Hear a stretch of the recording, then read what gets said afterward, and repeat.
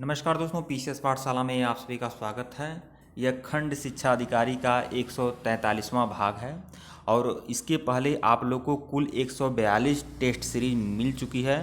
Test series बहुत ज़्यादा संख्या में है और कुछ जो भाग हैं वह प्रश्नोत्तरी के रूप में है। कुल मिलाकर 142 वीडियो आप लोग को खंड शिक्षा अधिकारी का मिल चुका है। प्लेलिस्ट में जाइए, BEO test series UP PCS BEO test series के नाम से प्लेलिस्ट बनी हुई है। सारे के सारे वीडियो वहाँ पर उपलब्ध हैं। तो समय कम है दोस्तों, अब अपना समय मत गंवाइए आप लोग। परीक्षा जो है संभावित है 15 जून के बाद हो सकता है, 15 जून के बाद कभी भी हो सकता है। तो समय कम है, लगातार जी तोड़ ताबड़तोड़ मेहनत करिए और हमारे साथ मेहनत करिए। और एक बात आप लोगों को और बता दूं, आप लोग जो लोग मिसलीड हो गए हैं, देखिए दोस्तों, यह जो खंड शिक्षा अधिकारी का मटेरियल मैं प्रोवाइड कर रहा हूँ, पूरी तरह से रामबाण मटेरियल प्रोवाइड कर रहा हूँ। और आप लोग पूरे यूट्यूब पर छान मारिए, खंड शिक्षा अधिकारी का इतनी ज़्यादा मात्रा में मटेरियल कहीं आपको नहीं मिलेगा, कभी नहीं मिलेगा। कुल 142 वीडियो अब तक मैं खंड शिक्षा अधिकारी का अपलोड कर चुका हूँ। प्लेलिस्ट में जाकर आप लोग देख सकते हैं और यह 143वां वीडियो है। और आप लोगों की जानकारी ले बता दें, हमारे वीडियो से आपको लाभ मिलेगा, बिल्कुल लाभ मिलेगा। और अगर आप लोग यह पीडीएफ ले लेते हैं, पूरी पूरी पीडीएफ भी आप लोग को मिलेगी, जिसमें आप लोग को जानकारी होगी।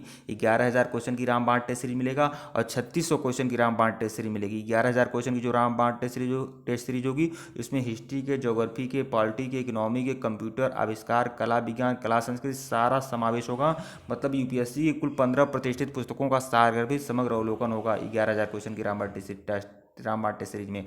और 3600 क्वेश्चन की जो सीरीज होगी वह सिर्फ और सिर्फ साइंस के लिए होगी। और आप लोगों को करंट अफेयर का भी पूरा मटेरियल उपलब्ध कराया जाएगा। यहाँ तक कि यूपी पीसीएस का जो यूपी स्पेशल का पीडीएफ है वह भी उपलब्ध कराया जाएगा। तो कुल रामबाण पीडीएफ हमारे तरफ से लीजिए और प्लस यह पूरा का पूरा वीडियो फॉलो करिए। फिर देखिए एकदम आप लोग का खंड शिक्षा अधिकारी की तैयारी और भी मजबूत तरीके से होगी और आप सर्वोत्तम प्रयास करेंगे परीक्षा हाल में। तो आज 143वां वीडियो है, आइए देख लेते हैं। और जिन लोगों को मटेरियल चाहिए, जिन लोगों को पीडीएफ चाहिए, वो हमारे ऑफिशियल व्हाट्सएप नंबर पर संपर्क कर सकते हैं। ऑफिशियल व्हाट्सएप नंबर जो है डिस्क्रिप्शन में रहेगा। आइए सीधे प्रश्नों पर आते हैं। 143वां भाग देखिएगा। आर्य शब्द का अर्थ क्या होता है? आर्य शब्द का अर्थ होता है श्रेष्ठ व कुलीन, श्रेष्ठ या कुलीन।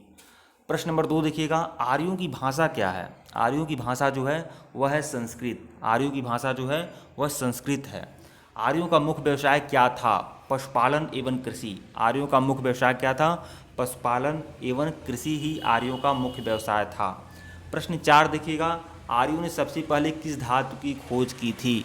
आर्यों ने सबसे पहले किस धातु की खोज की थी? वह धातु था लोहा। लोहा। सभी महत्वपूर्ण प्रश्न हैं, सभी रामबाण प्रश्न हैं, इसलिए नज़रअंदाज बिल्कुल मत करिएगा। उत्तर वैदिक काल के वेद विरोधी, ब्राह्मण विरोधी धार्मिक अध्यापकों को क्या कहा जाता था? जो वेद विरोधी और ब्राह्मण विरोधी धार्मिक अध्यापक होते थे उत्तर वैदिक काल में, उन्हें क्या कहा जाता था? उन्हें श्रमण कहा जाता था, श्रमण। प्रश्न 6 देखिएगा, वैदिक गणित का महत्वपूर्ण अंग क्या है? वैदिक गणित का जो महत्वपूर्ण अंग है उसे शुल्व सूत्र कहते हैं, शुल्व सूत्र। प्रश्न 7 देखिए, वेदों की संख्या कितनी है? वेदों की जो संख्या है वह है 4। वेदों की संख्या जो है वह 4 है।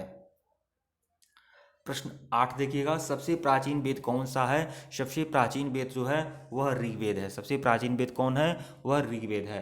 प्रश्न 9 देखिएगा, किस वेद द्वारा वैदिक संस्कृत के बारे में ज्ञान होता है? वह कौन सा वेद है जिसके बारे में वैदिक संस्कृत के बारे में ज्ञान होता है? तो वो है ऋग्वेद, ऋग्वेद द्वारा।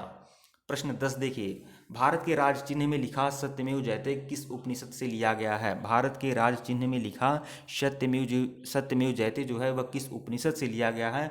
वह मंडूक उपनिषद से लिया गया है, मंडूक उपनिषद से। प्रश्न 11 देखिए, भारतीय संगीत का आदि ग्रंथ किस वेद को कहा जाता है? भारतीय संगीत का आदि ग्रंथ किस वेद को कहा जाता है? वह कहा जाता है सामवेद को। सामवेद को भारतीय संगीत का आदि ग्रंथ माना जाता है। प्रश्न 12 देखिए, प्रथम विधि निर्माता कौन थे? प्रथम विधि निर्माता कौन थे? तो प्रथम विधि निर्माता जो थे वह मनु थे, मनु महाराज थे। प्रश्न 13 देखिएगा, मनुस्मृति की रचना किसने की थी? मनुस्मृति की रचना मनु ने की थी। देखिए दोस्तों, जितना भी प्रश्न बताता जा रहा हूँ सारे प्रश्न महत्वपूर्ण हैं, सारे प्रश्न अपने आप में रामबाण हैं, इसलिए मैं कह रहा हूँ कि आप लोग सभी वीडियो को फॉलो करिए। प्रश्न 14 देखिएगा, कृष्ण भक्ति का प्रथम एवं प्रधान ग्रंथ कौन सा है? तो श्रीमद् भगवत गीता है, श्रीमद् भगवत गीता। ऋग्वेद में संपत्ति का मुख्य रूप क्या था? ऋग्वेद में जो संपत्ति का मुख्य रूप था वह था गोधन। गोधन संपत्ति का मुख्य रूप था, गोधन। प्रश्न 16 देखिएगा, किस मंडल में शूद्रों का उल्लेख ऋग्वेद में पहली बार मिलता है? तो शूद्रों का उल्लेख जो ऋग्वेद में मिलता है वह दशम मंडल में मिलता है। दशम मंडल में जो 10वां मंडल है उसमें विराट पुरुष की परिकल्पना की गई है, जिसमें पूरी की पूरी परिकल्पना की गई है, तो उसमें शूद्र का उल्लेख भी हुआ है, जिसमें 10वें मंडल में, ऋग्वेद के 10वें मंडल में।